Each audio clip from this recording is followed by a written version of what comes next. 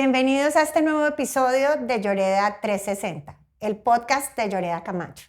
Este es un espacio en el que queremos conversar de asuntos que están transformando nuestra actualidad empresarial, económica y regulatoria. El día de hoy vamos a conversar de un tema que personalmente me apasiona, la minería. Y la minería no solamente me apasiona, sino que es una de las actividades más importantes para la economía de Colombia. Y pese a su importancia, es una actividad que ha estado siempre, o al menos creería yo en las últimas 2 décadas, en el ojo del huracán.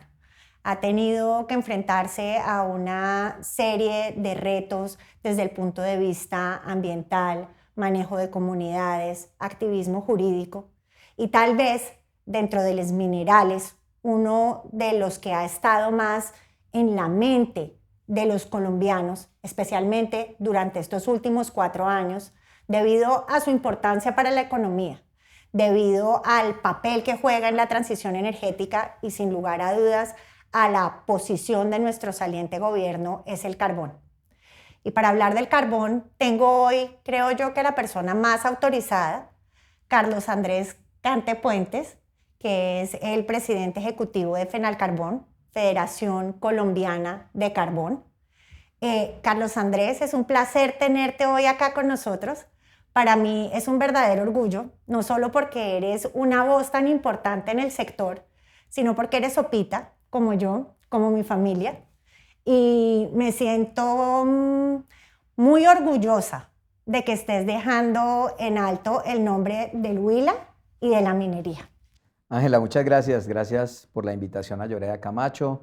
De verdad que nosotros desde la Federación Colombiana del Carbón pues tenemos como ese papel de generar un rigor en cuanto a la discusión acerca de la importancia de los carbones colombianos para el país, para el desarrollo nacional, regional y también para la discusión de la transición energética a nivel global.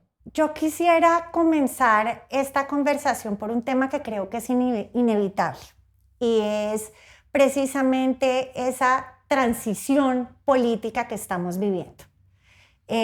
Como dije en la introducción, el carbón fue uno de los temas centrales para el gobierno saliente y me gustaría saber cómo quedó el sector del carbón después de este gobierno. Bueno, han sido 4 años bastante complejos. Yo creo que la discusión acerca de la importancia de los carbones colombianos, del coque, de lo que significa para las regiones, para los departamentos como Cundinamarca, como Boyacá, como Santander, norte de Santander, Córdoba, Cesar, Guajira, ha sido muy complicada. La visión ideológica de este gobierno nos ha puesto en el papel de los enemigos del desarrollo de Colombia y por supuesto que a partir de ahí se han dado una cantidad de situaciones y decisiones que se han vuelto mucho más complejas porque el mundo de los commodities vive en medio de las turbulencias globales de los ciclos económicos y tenemos años buenos, años regulares, años malos, hay situaciones a nivel internacional que suceden que hace que la demanda baje, que los precios caigan, o muchas veces, como lo hemos visto últimamente, pues que restricciones al comercio, guerras, situaciones arancelarias conduzcan a que se dispare la demanda, que no haya pues forma de llenar tantos barcos con productos como el carbón, como el coque, y los precios se disparen. En medio de esos ciclos, esta es una industria que ha sabido navegar, pero nunca habiendo tenido tantas situaciones durante tal vez 40 o 50 años de historia institucional de este sector, había tenido que además enfrentar esos ciclos con la animadversión política de un gobierno, que por supuesto ha incidido en minar nuestra capacidad competitiva, en generar hacia afuera una desconfianza frente a nuestra capacidad como proveedores confiables de productos en el mundo, en un gobierno que caza peleas con casi todo el mundo, con y que toma decisiones de comercio internacional bastante irracionales, pues por supuesto que todo eso nos ha hecho demasiado daño en una situación económica nacional también que ha elevado los costos de producción, los costos laborales, los costos logísticos para el sector de una manera desproporcionada, pues por supuesto que hemos tenido que navegar en aguas supremamente turbulentas y pues las cifras hoy son el fiel reflejo de toda esta situación. Exacto, ahí tocas otro punto que es muy importante y es que pues es innegable que tanto la producción como la exportación de carbón y de coque ha descendido de manera importante durante estos últimos 4 años. Pero no sé si sea injusto, y creo que tú mismo respondiste igual la pregunta en lo que acabas de decir, achacarle toda esa situación o todo ese descenso exclusivamente a las políticas de este gobierno. ¿Qué tanto ves tú que tuvo que ver el factor nacional, este gobierno, y qué tanto jugó un rol el mundo, el papel internacional en este momento? Pues hay muchas situaciones que se han presentado. O sea, nosotros tuvimos un 2022 en donde en febrero eh, Rusia decide invadir Ucrania, los mercados internacionales convulsionaron, veníamos saliendo de una pandemia, después de la pandemia vino una crisis logística internacional que elevó el costo de los fletes para todos los productos y por supuesto los commodities, todos se dispararon. Y ese año 2022 los precios internacionales del carbón térmico, del carbón metalúrgico, del coque se dispararon. Y fue un año muy bueno, pero fue muy puntual. Fue muy puntual esa situación y el gobierno empezó pues en agosto del 22 a decir es que este es un sector que gana demasiado, es un sector que no es prioridad de este gobierno, es un sector que se va a acabar su demanda, hay que sacarle ya todas las posibilidades de tributación posibles y empezaron a generar una serie de medidas que no eran consecuentes con ese pequeño superciclo que vivimos en el año 2022. Y entonces empezaron a hablar de que como el carbón costaba $400, yo creo que aquí nadie vendió una tonelada de carbón a $400. Ese es otro problema y es que teníamos unas personas al frente de las políticas públicas que carecían de rigor técnico enormemente. Entonces distinguir entre un índice de Australia, de China o el Newcastle o cualquier otro era bastante complicada esa discusión. Pero entonces no, pues como a nivel internacional el precio del carbón australiano está en 500, entonces ustedes están vendiendo a 500, eso nadie vendió a esos precios, pero por supuesto todo eso significó una gran cantidad de medidas que afectaron nuestra competitividad. Por supuesto a nivel internacional pues hay esos mismos ciclos y ha habido un reacomodamiento de los mercados de consumo. No es real decir que el mundo está dejando de consumir carbón. Eso no es cierto. De hecho, nosotros llevamos varios años desde el 2022 en donde el consumo de carbón no ha dejado de crecer y en el año 2025 el consumo global de carbón cerró en más de 8.900 millones de toneladas de carbón, cuando Colombia tiene una capacidad que hoy en día no supera las 70 millones de toneladas, es decir, aportamos menos del 0,1%, del 1% pues del consumo global. El mundo sigue consumiendo carbón, pero los mercados de consumo se han reacomodado. Cuando nuestro principal mercado de consumo durante más de 20 o 30 años fue Europa, Europa se desindustrializó, ya Europa no produce absolutamente nada y el gran factor o sector industrial del mundo está en Asia. Y cuando el mundo demanda carbones fundamentalmente en Asia, pues tenemos que calcular cómo podemos ser competitivos para llegar a Asia. Y pues es que el flete de salir de Barranquilla a Cartagena al Mediterráneo, pues tiene un costo, pero ya llegar a la India, ya llegar a China puede costar perfectamente el doble. Y si nosotros no somos capaces de manejar los términos de competitividad, los costos internos del país, pues no vamos a poder llegar a esos nuevos destinos. Y eso es lo que ha sucedido. Cuando somos capaces nosotros, porque los carbones colombianos, el térmico, el metalúrgico, el coque, son de excelente calidad. Un dato que hemos trabajado muchísimo con asesores internacionales, la mitad del carbón que hoy se consume en el mundo es de bajo rango. son carbones de bajo poder calorífico, con alto nivel pues, de emisiones en el proceso, y Colombia produce carbones de alto rango. O sea, Colombia va a ser el último país que que dejen de ser demandados pues, sus carbones, pero necesitamos ser competitivos porque dependemos de precios internacionales. Nosotros no colocamos los precios hoy los coloca Asia, al nivel de consumo, al nivel de oferta que ellos puedan tener, porque también producen carbones, también producen coques. Entonces, tenemos que llegar a Asia pues, para poder seguir manteniendo nuestros niveles de oferta internacional, y ahí es donde hemos tenido aprietos porque las decisiones que se han tomado han elevado la carga tributaria del sector, han penalizado de manera importante en los flujos de caja de las empresas al triplicarnos, por ejemplo, la tarifa de anticipo de renta. Nos han conducido a un incremento de costos logísticos que ha sido desastroso, sobre todo para el carbón de la pequeña minería y el coque del interior del país, porque a través del sistema de medición de costos de transporte de carga eficiente, se supone que es el SICETAC, que lo maneja el Ministerio de Transporte, hay unas rutas en donde el costo de la tonelada llevada de Cundinamarca, de Boyacá a Barranquilla o a Cartagena, cualquiera de nuestros puertos de salida, se incrementó en un año en más del 50-60%.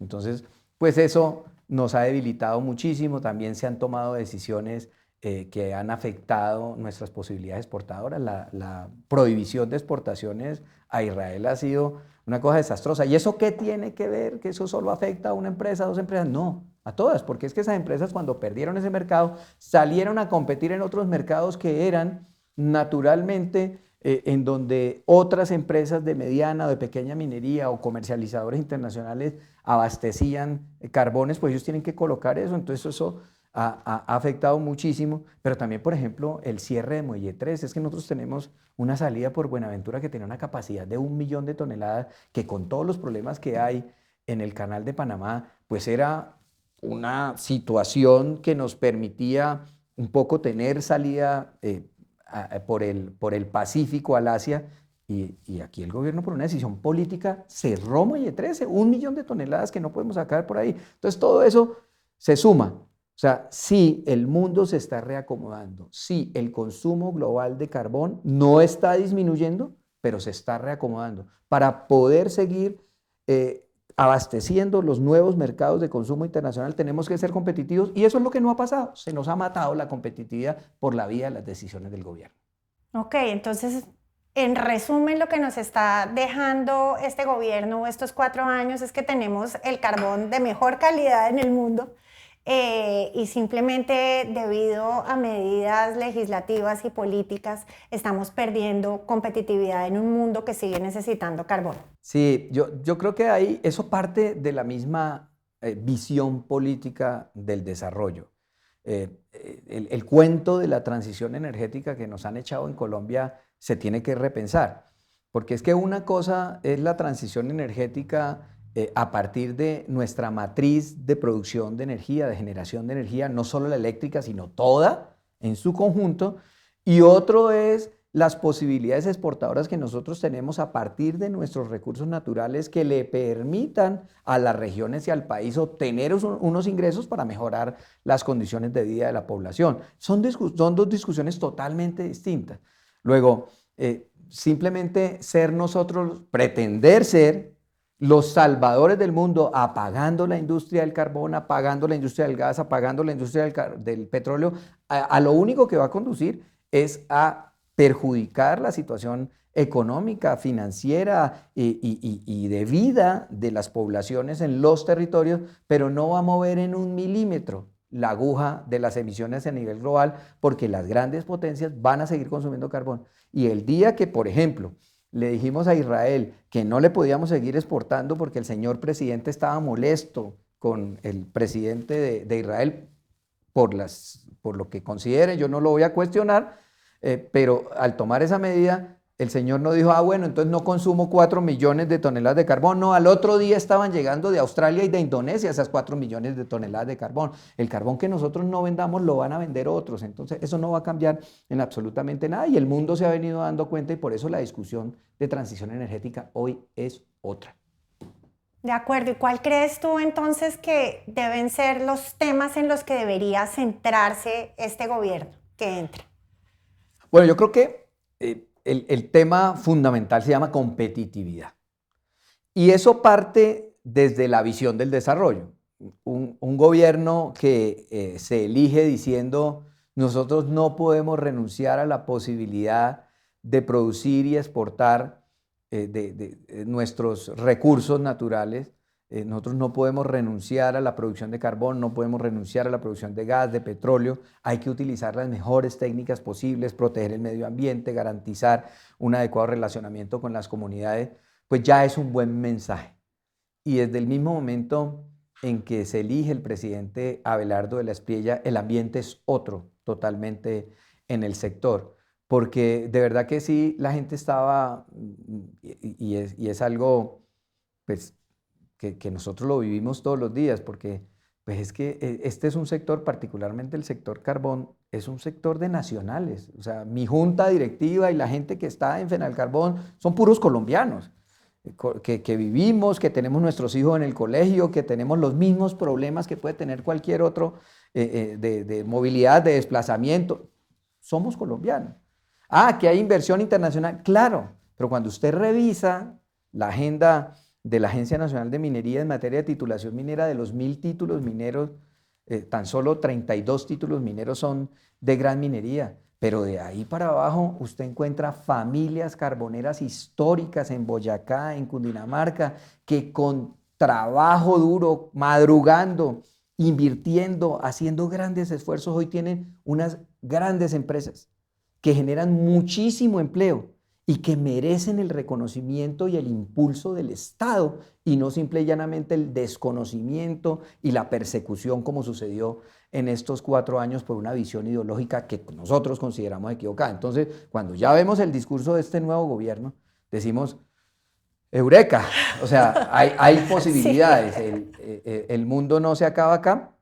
Por supuesto, nosotros mismos en el sector tenemos que tomar decisiones internas en las compañías para mejorar pues nuestro sistema de costos, de producción, de logísticos, de embarque, todo, porque esto es una cadena muy, muy interrelacionada, pero lo que los economistas denominamos el ambiente inversionista cambia totalmente. Y pues claro, le estamos pidiendo al nuevo gobierno muchísimas cosas. Nosotros tenemos un listado de modificación de 6 leyes, 7 decretos, 16 resoluciones, 4 políticas públicas que se tienen que revisar pues para mejorar las condiciones de competitividad. Este sector nunca le ha pedido al país que le regale un solo peso, simple y llanamente que nos dejen trabajar. Sí, sí, sí. Y bueno, esperemos que, como anunciaron Abelardo de la Espriella y José Manuel Restrepo, una de las primeras cosas que hagan sea derogar ese decreto que prohíbe la exportación de carbón a Israel. Esperemos que así sea. Y bueno, ahí tocaste unos puntos muy importantes. Y me acuerdo y me recuerda que alguna vez en un congreso de la Asociación Colombiana de Minería en Cartagena, en el que estaba invitado Alejandro Santos, nos dijo que éramos un sector muy quejetas, los mineros en general, no los carboneros, los mineros en general, que no hacíamos sino decir que las autoridades ambientales nos hacían esto, que el gobierno nos hacía esto, que las cortes nos hacían tal cosa. Entonces, para cambiar ese enfoque un poco y que no nos digan que somos quejetas, ¿qué soluciones propondrías tú para todo lo que has planteado? Yo fui viceministro de Minas entre el año 2016 y el año 2018. Y sí, sí es un sector muy quejetas. Pero hay que diferenciar porque hay una realidad que yo creo que todos hemos reclamado. Colombia no ha sido un país que haya tomado realmente la decisión de ser un país minero. Entonces, por eso es que hay demasiadas restricciones.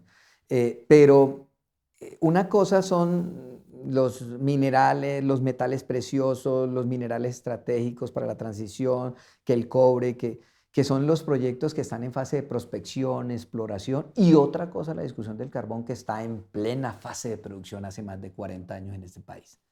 Es totalmente diferente. Luego, por supuesto que nosotros lo que le estamos diciendo al nuevo gobierno y lo que esperamos del nuevo gobierno es que nos sentemos a dar unas discusiones de carácter técnico en lo que tiene que ver con la estructura tributaria, en lo que tiene que ver con la capacidad competitiva de la logística del transporte de carga seca en el país, no única y exclusivamente de carbones, porque lo que está sucediendo con el CICETAC está afectando absolutamente a toda la carga del país. Y si nosotros sacamos de la ecuación los carbones del interior del país, el coque de Cundinamarca, de Boyacá y del norte de Santander, la situación en materia de costos logísticos de transporte para todos los productos que consume nuestra economía nacional va a ser totalmente distinta y seguramente el efecto inflacionario se va a notar enormemente. Entonces, ya hoy nosotros no estamos diciendo que el problema es solo de los generadores de carga de carbón y coque. No, ya usted puede hablar con otros gremios como FENAVI, ya usted puede hablar con otros gremios como los importadores de acero, de cemento. Absolutamente todos están empezando a ver cómo esas sobrecargas en lo logístico pues matan las posibilidades competitivas del desarrollo de sus empresas, de sus proyectos. Entonces, esa discusión de la competitividad de nuestro país es enorme. Cuando habla José Manuel Restrepo y Abelardo Lespiella de la patria milagro, esa discusión tiene que pasar por cómo somos más competitivos. Hoy para los carbones, pero de pronto en 20 o 30 años tiene que ser para otro tipo de productos. Pero lo que seamos capaces de desarrollar en esta década es lo que va a permitir pensar en un futuro con otro tipo de productos y proyectos en 10 o 20 años. Si eso no lo hacemos, si no desarrollamos las vías, si no desarrollamos la multimodalidad que requiere mover la carga del país, si no generamos incentivos precisamente a la posibilidad exportadora de cualquier tipo de producto sin estigmatizarlo, pues no vamos a ser capaces nosotros de salir de este ciclo del subdesarrollo y mañana viene otro gobierno tal vez de izquierda que dice no, devolvámonos y volvamos. Tiene que ser una situación y por el otro lado, pues esa competitividad también pasa por el tema tributario. Es que usted no puede ser que en cuatro medidas transitorias a partir de declaratorias de emergencia económica siempre apareció el carbón con impuestos. O sea, el impuesto más antitécnico que se pueden inventar es un impuesto a las ventas de carbón del 1% que nos lo metieron en 4 medidas excepcionales de emergencia económica. Eso no puede ser así. Si no hay estabilidad en la estructura tributaria, definitivamente ningún negocio, no solo de carbón, de cualquiera, va a ser posible, porque pues, usted no va a poder planear financiera y tributariamente su negocio. ¿Y qué no decir pues, de ese impuesto al patrimonio que se sacaron de un sombrero un día? Yo tengo muchas empresas, de hecho muchas de nuestras empresas que son empresas que manejan mediana minería o pequeña minería, pero no por eso no son empresas pequeñas o medianas, son grandes empresas que manejan proyectos de pequeña y mediana minería, han tenido que entrar en un proceso de reorganización empresarial. Y eso, pues, por supuesto que afecta a una cadena enorme y ha sido precisamente por esas decisiones que les han matado la liquidez. Quienes son empresarios saben que si a usted le estrangulan sus posibilidades de liquidez, definitivamente su empresa se empieza a asfixiar. Y eso es lo que pasó. Hoy la DIAN nos debe una cantidad de plata que la va a tener que pagar este gobierno. Y muchas de esas empresas tuvieron la obligación de declarar el impuesto al patrimonio sobre un patrimonio que muchas veces no es un patrimonio productivo, sino, y tú lo sabes muy bien, y es la cantidad de área de tierra que nosotros tenemos que comprar para poder desarrollar el proyecto, no por el hecho de que intervengamos esa cantidad, sino porque hay que reforestar, porque hay que alejar un poco el tema de la incidencia sobre el impacto del proyecto sobre las comunidades y sobre toda esa tierra que se convierte en patrimonio, que es improductiva, que no nos genera un peso, toca pagar el impuesto al patrimonio. Muchos lo declararon, pero no todos lo pagaron porque no tuvieron con qué pagarlo. Claro, clarísimo. Y ahí tocas un punto muy importante y no quiero que te vayas sin que hablemos de eso, precisamente por los impactos que la minería tiene en el imaginario colectivo, porque yo creo que son discusiones muy superadas realmente para los que trabajamos en este sector, que es precisamente cuál va a ser esa relación de la minería del carbón con la protección del ambiente y con la relación con las comunidades. Esta es una relación de largo plazo, ¿no? Yo siempre he promovido, y lo he hablado desde hace mucho tiempo, yo estoy involucrado en el sector desde hace 16 años, y siempre he dicho, lo que no pueden olvidar las empresas es que nosotros somos ciudadanos corporativos del territorio, y como ciudadano corporativo tengo muchísimas responsabilidades. Y yo creo que han sido y son permanentemente más los casos de buena relación con el territorio, de buen manejo ambiental, de excelentes medidas de compensación y de restauración ambiental. Muchos territorios que han sido, entre comillas, protegidos por la empresa en donde no hay ningún tipo de protección del Estado. Hoy que avanza cada día más la explotación ilícita de oro, pues tenemos proyectos totalmente cercados por maquinaria pesada de carácter ilegal y son territorios que han sido reforestados, que tienen unos mecanismos de restauración de flora y fauna, pues digamos con niveles de estándar internacional, independientemente de que sea de gran minería.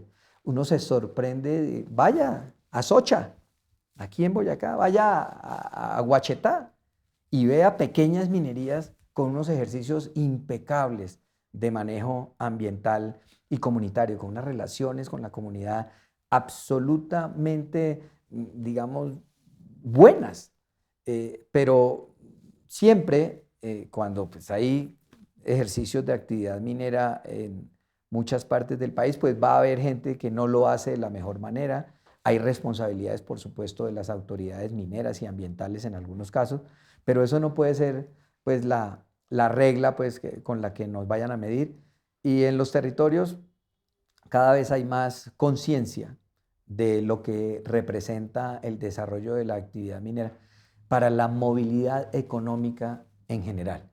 No única y exclusivamente como una fuente de generación de empleo, sino lo que alrededor de la actividad minera representa en encadenamientos productivos y en desarrollo de nuevos negocios para ese territorio o para esos territorios, porque es que toda la actividad minera del Cesar y con puerto y con tren está perfectamente encadenada con la actividad de transporte de Sogamoso, por ejemplo, o con la actividad metalmecánica que se desarrolla en Sogamoso, está perfectamente encadenada con la actividad de San Faustino en Cúcuta o con la actividad de Samacá en Boyacá. Hay un gran encadenamiento que la gente lo ha sentido y la gente está diciendo, oiga, pero ¿por qué hay menos movilidad económica? Pues porque hay menos posibilidad de carga, porque somos menos competitivos, porque estamos moviendo menos carbón, porque estamos moviendo menos coque. Entonces, su negocio de metalmecánica no está funcionando como funcionaba antes, su empresa de transporte de pequeños transportadores no está funcionando como funcionaba antes, su tienda, su ferretería, su almacén de venta de cemento no está funcionando como funcionaba antes.